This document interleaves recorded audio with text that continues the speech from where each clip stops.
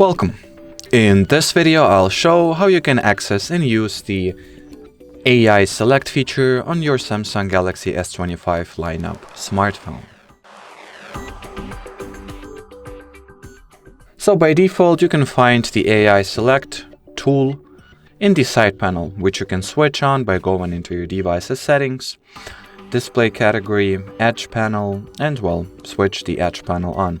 Here you have this like transparent icon, which you can, well, get out using the gesture I've just showed, and now use the AI Select. So let's actually first try it out on the home screen.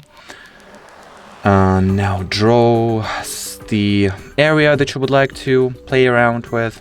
So generally the AI Select is a tool that is designed to empower your creative needs. So as you can see from here, I can get some drawing assist, generative edit, or create a GIF file if needed. So that's what I can do with a still image. But should I open YouTube, for example?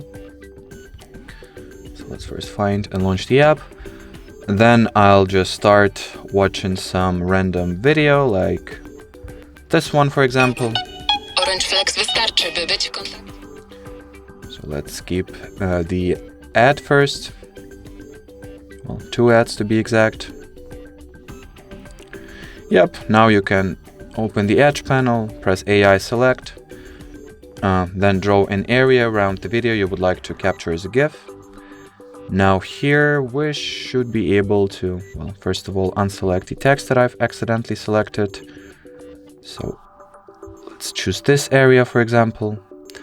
Press here, create GIF, and start recording it. So now we can record up to 15 seconds of a video, press stop, and the GIF is going to be created from it. We'll save it to gallery, then open it, open the gallery file, and as you can see, the GIF file has been created.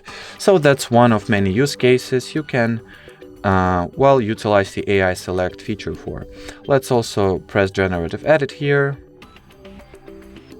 And accidentally closed the prompt. You bet I did. Let's do that one more time.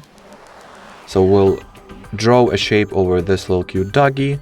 Press generative edit, more, okay. And now let's say we'll remove those app icons.